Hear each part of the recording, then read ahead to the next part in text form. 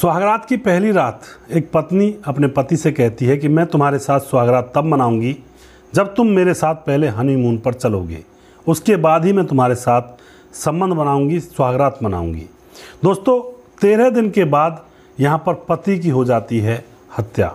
और क्या था इस मामले का सच, पूरी जानकारी यहाँ पर लेने वाले हैं। वीडियो को अंत तक जरूर देखिएगा। नमस्कार, मैं हूं सुदेश कुमार और तिरछी बात चैनल में आपका स्वागत है। यह घटना महाराष्ट्र के पुणे के ऊंद इलाके की है।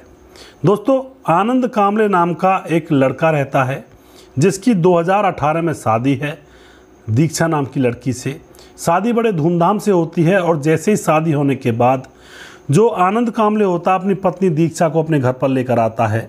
शाम होती है, सारे घर वाले खुश हैं, सुहागरात का समय हो जाता है। तभी वह अपनी पत्नी के कमरे में जाता है सुहागरात मनाने के लिए और वहाँ पर वह अपनी पत्नी का घूंघट उघाड़ता है और उसकी पत्नी को अपनी को टच करने लगता है। तो वह कहती है कि रुक जाओ, मैं तुम्हें सुहागरात तब मनाने दूंगी जब तुम मुझे हनीमून पर लेकर चलोगे। यह शर्त वह पत्नी अपने पति के सामने रख देती है। जो पति आनंद कांबले होता है वह समझता है कि आजकल पढ़ी लिखी लड़कियां हैं, इनका दिमाग ही अलग होता है, पर चलो कोई नहीं, ये कोई बड़ी बात नहीं है। और फिर यहाँ पर वह पूछता कि कहाँ पर जाना चाहोगी। वह बताती है कि बालेश्वर और पंचगनी स्थान पर ले चलो। तो यह बालेश्वर और पंचगनी स्थान उस पति आनंद कांबले के बजट में थे। वह प्राइवेट जॉब किया करता था, तो वह कह देता है कि ठीक है चलो वहाँ पर चलेंगे। अब दूसरा दिन होता है, दूसरे दिन भी उसकी पत्नी बात नहीं करती है। तभी तीसरा दिन होता है तो जो आनंद कांबले होता है वह हनीमून पर जाने की तैयारी कर लेता है। और आनंद कांबले का एक दोस्त होता है राजेंद्र, और राजेंद्र की पत्नी का नाम होता है कल्याणी। वह राजेंद्र से कहता है कि ऐसा करते हैं, तुम मेरे साथ चलो, हम हनीमून मनाने के लिए जा रहे हैं बालेश्वर और पंचगनी, तुम भी हमारे साथ चलो, दोनों जोड़े साथ रहेंगे, मौज मस्ती करेंगे और वहाँ पर खूब घूम करके आएंगे। तो जो दोस्त राजेंद्र होता है अपनी पत्नी को तैयार कर लेता है और यहाँ पर जो आनंद कांबले होता है वह अपनी पत्नी दीक्षा को तैयार कर लेता है और एक इनोवा कार की जाती है और उसमें वह बैठ करके चारों निकल जाते हैं पहाड़ियों की तरफ। और अब वह अपनी हनीमून मनाने के लिए अपनी जगह पर पहुंचने लगते हैं। दोस्तों, गाड़ी चले ही जा रही थी, तभी पहाड़ी रास्ता पड़ता है और फिर पहाड़ी रास्ता जैसे ही पड़ता है तो दीक्षा जो कि गाड़ी में बैठी हुई थी, नई नवेली दुल्हन थी, उसको उल्टियाँ लगने लगती हैं। तो वह गाड़ी रुकवाने की कहती है और गाड़ी को रोक दिया जाता है। जो राजेंद्र और कल्याणी होते हैं यानी कि आनंद कांबले के दोस्त और उसकी दोस्त की पत्नी, वह तो गाड़ी में ही रह जाते हैं और वह अपनी पत्नी को गाड़ी से नीचे उतारकर साइड में उसकी उल्टी वगैरह करवाने लगता है। और जब बाहर की हवा लगती है तो उल्टियाँ बंद हो जाती हैं। वह अपनी पत्नी के साथ खड़ा था और फिर वह उसको इधर उधर घुमाने लगता है जिससे कि जी साफ हो जाए। और जो उसका दोस्त था राजेंद्र और कल्याणी उसकी पत्नी, वह दोनों इनोवा के पास बैठकर पहाड़ियों की वादियों के सामने खड़े होकर के सेल्फी वगैरह ले रहे थे, यानी कि पूरा ट्रिप का एंजॉय कर रहे थे। अब यहाँ पर क्या होता है, जो आनंद कांबले और उसकी पत्नी दीक्षा होती है वह घूम रहे थे वहीं पर गाड़ी से थोड़ी दूर। तभी 2 बाइक सवार आते हैं और फिर उनके ऊपर हमला करने लगते हैं। जो पत्नी दीक्षा होती है उसने बहुत सारे सोने के आभूषण पहने हुए थे, उन आभूषणों को छीनने लगते हैं और आनंद कांबले के ऊपर चाकुओं से वार करने लगते हैं। दोस्तों, यहाँ पर वह उसके ऊपर कुछ भड़के हुए ज़्यादा थे, वरना जब सोना चांदी की चीज़ें छीन ही ली थी तो फिर आनंद कांबले के ऊपर हमला करने का मतलब ही क्या था। उसके बाद एक और मोटरसाइकिल आती है जिस पर 2 लोग और थे और वह भी उसके ऊपर वार करने लगते हैं। दोस्तों, अब दूसरी जो मोटरसाइकिल थी उसमें 3 लोग थे और वह 3 लोग भी आनंद कांबले के ऊपर वार करने लगते हैं चाकुओं से। और इधर जो दोस्त था राजेंद्र और उसकी पत्नी जो कि गाड़ी में खड़े हुए थे, सेल्फी वगैरह खींच रहे थे कि भाई इतने उल्टियाँ लग रही हैं, इतने हम सेल्फी खींच ले देते हैं, वह उनको देखकर डर जाते हैं और वह बचाने के लिए भी नहीं आते हैं क्योंकि वह 5 लोग थे जो कि एक इंसान को मार रहे थे। और यहाँ पर राजेंद्र अपनी पत्नी को लेकर दूर खड़ा हुआ था। वह करता भी तो क्या करता। अब वह भाग करके गाड़ी ले जाता है और फिर पुलिस के पास पहुँचता है कि मेरे दोस्त को कुछ लोग मार रहे हैं। इधर क्या होता है दोस्तों, आनंद के ऊपर इतने वार किए जाते हैं चाकुओं से, उसकी बहुत ज़्यादा हालत गंभीर हो जाती है। आस पड़ोस से लोग गुजर रहे थे लेकिन कोई भी उसको नहीं बचा रहा था और फिर वहाँ पर वह लहूलुहान पड़ जाता है। उसकी पत्नी दीक्षा बेहोश हो जाती है। दीक्षा के सोने चांदी को वह लूट कर जा चुके थे। अब जैसे ही राजेंद्र पुलिस के पास पहुँचता है तो पुलिस आती है, आकर देखती है कि आनंद कांबले की मौत हो चुकी है। वहाँ आस पड़ोस में लोग भी खड़े थे लेकिन कोई उनको उठाकर नहीं ले जाता हॉस्पिटल के लिए, क्योंकि आज का ज़माना ऐसा, किसी का एक्सीडेंट भी हुआ पड़ा है या कोई बेहोश पड़ा है तो कोई उसके बीच में इंटरफेयर नहीं करता है, कोई किसी को नहीं उठाता है।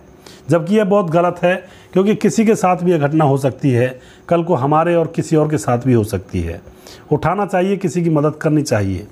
लेकिन दोस्तों यहाँ पर आनंद कांबले की बहुत ज़्यादा हालत कंडीशन ख़राब थी।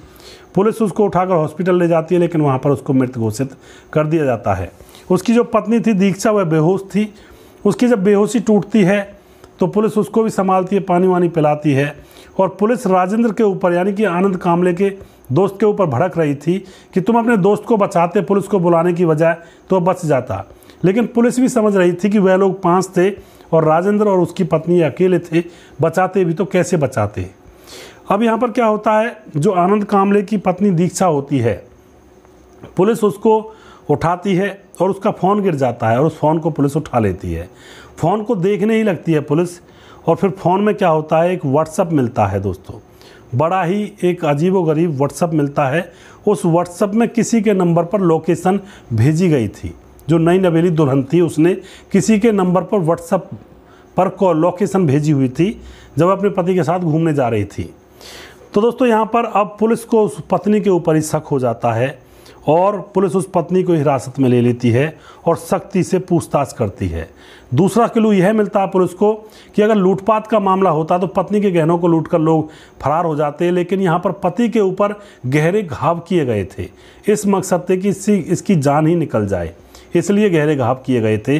तो पुलिस का शक पूरा पत्नी पर होता है। और दूसरा, पत्नी के फ़ोन में व्हाट्सएप पर किसी को लोकेशन भेजना, यह भी एक अजीबोगरीब बात निकलती है। अब दोस्तों यहाँ पर दीक्षा की कॉल डिटेल्स भी चेक की जाती है, तो और लोकेशन भी देखी जाती है और उससे पूछा जाता है कि यह लोकेशन किसको भेजी है। अपने ही अंदाज में पूछा जाता है तो दीक्षा सारी बात बताने लगती है। दीक्षा बताती है कि यह मेरे प्रेमी निखिल के पास मैंने लोकेशन भेजी थी, जो शादी से पहले मेरा प्रेमी था। अब दोस्तों यहाँ पर पूरी कहानी दीक्षा पुलिस के सामने बयां करती है कि उसका एक बॉयफ्रेंड था जिसका नाम निखिल है, जो कि करोड़पति है। उससे वह प्यार करती थी और दोनों शादी करना चाहते थे। दीक्षा ने अपने माँ बाप को बताया तो माँ बाप ने कहा कि इस लड़के के साथ तुम्हारी शादी हम नहीं होने देंगे, ये आवारा टाइप का लड़का है। किसी के पास पैसा भले ही हो, लेकिन वह आवारा टाइप का है, तो कोई भी माँ बाप अपनी लड़की को उसके पास ब्याहने से इनकार करेगा ही करेगा, क्योंकि आवारा टाइप का लड़का कितने भी भरे हुए खजाने हों उनको सबको ख़त्म कर सकता है। तो दोस्तों यहाँ पर घर वाले मना कर देते हैं और फिर घर वालों ने शादी के लिए आनंद कांबले को ढूंढ लिया था। उसके साथ अपनी लड़की की शादी कर रहे होते हैं। इधर जो निखिल होता है करोड़पति, जिसने उस लड़की से प्यार किया था, वह इधर उधर हाथ पैर मार रहा था। लेकिन वह लड़की उससे फ़ोन करके कहती है कि तुम चिंता मत करो, शादी के बाद भी मैं तुम्हारी ही रहूँगी। और फिर यहाँ पर वह प्लानिंग बनाते हैं कि मैं हनीमून ही नहीं मनाऊंगी उसके साथ, सुहागरात ही नहीं मनाऊंगी, और उसको घुमाने के लिए पहाड़ों में ले आऊँगी हनीमून के बहाने। और फिर यहाँ आकर मैं तुम्हें लोकेशन बता दूंगी और तुम आकर सारा सामान मेरा छीन लेना और उसे मार करके चले जाना, किसी को कुछ भी पता नहीं चलेगा। यह सारी प्लानिंग वह लड़की अपने बॉयफ्रेंड के साथ कर देती है। अगले दिन शादी होती है। शादी होकर के पति के पास जाती है। पति से सुहागरात मनाने से मना कर देती है, शर्त रखती है कि तुम मुझे पहाड़ियों में घुमाने ले चलो और हनीमून मनाने के लिए, वहीं पर मैं सुहागरात मनाऊंगी। और दोस्तों रास्ते में 4 बदमाश और करता है, जो निखिल होता है, और ख़ुद उनके साथ जाता है 2 बाइकों पर, और उसके पास उसकी प्रेमिका लोकेशन भेज देती है। और फिर वह उल्टी करने का बहाना करके गाड़ी को रुकवा ही देती है और वहीं पर वह लोग पहुंच जाते हैं और उस आनंद को चाकुओं से गोद गोद कर मार देते हैं। और यहाँ पर दीक्षा अपने गहनों को उतार कर दे देती है, उससे वह छीन ले जाते हैं, जिससे कि लूटपाट का मामला लगे। तो यहाँ पर यह राज खुल जाता है। दोस्तों लड़कियों की शादी जब होती है आज के ज़माने में, तो पता नहीं होता वह न जाने कहाँ कहाँ पर मुंह काला करके आई है। तो बड़ा ही डेंजरस टाइम होता जा रहा है। न जाने कौन कैसे हिसाब की है, न जाने कौन क्या क्या गुल खिलाकर आई है। यही बात लड़कों के ऊपर भी लागू होती है। न जाने कहाँ कहाँ मुँह मार के आया है, तो फिर उसके बाद घर नहीं बसा करते हैं। दोस्तों ऐसे कर्म करने वाले लड़कों के और लड़कियों के घर कभी भी नहीं बसते हैं। वह हमेशा ऐसे ही कृत्यों में लगे रहते हैं। घर बस भी जाते हैं तो फिर भी वह इधर उधर मुंह मारते फिरते हैं और अपना बसा बसाया घर उजाड़ बैठते हैं। तो अपने जीवन को सात्विकता से रखें, शुद्धता से रखें। इन चीज़ों में कुछ नहीं मिलता है, हमेशा ज़िंदगियाँ तबाह और बर्बाद होती हैं। अगर आपको हमारा वीडियो अच्छा लगता है तो इसको शेयर ज़रूर कर दिया करें। और अगला प्रोग्राम बहुत जल्दी फिर से लेकर आऊँगा किसी सच्ची घटना के ऊपर। तब तक आप खुश रहें, सावधान रहें, रिश्तों की अहमियत को समझें। जय हिंद, जय भारत।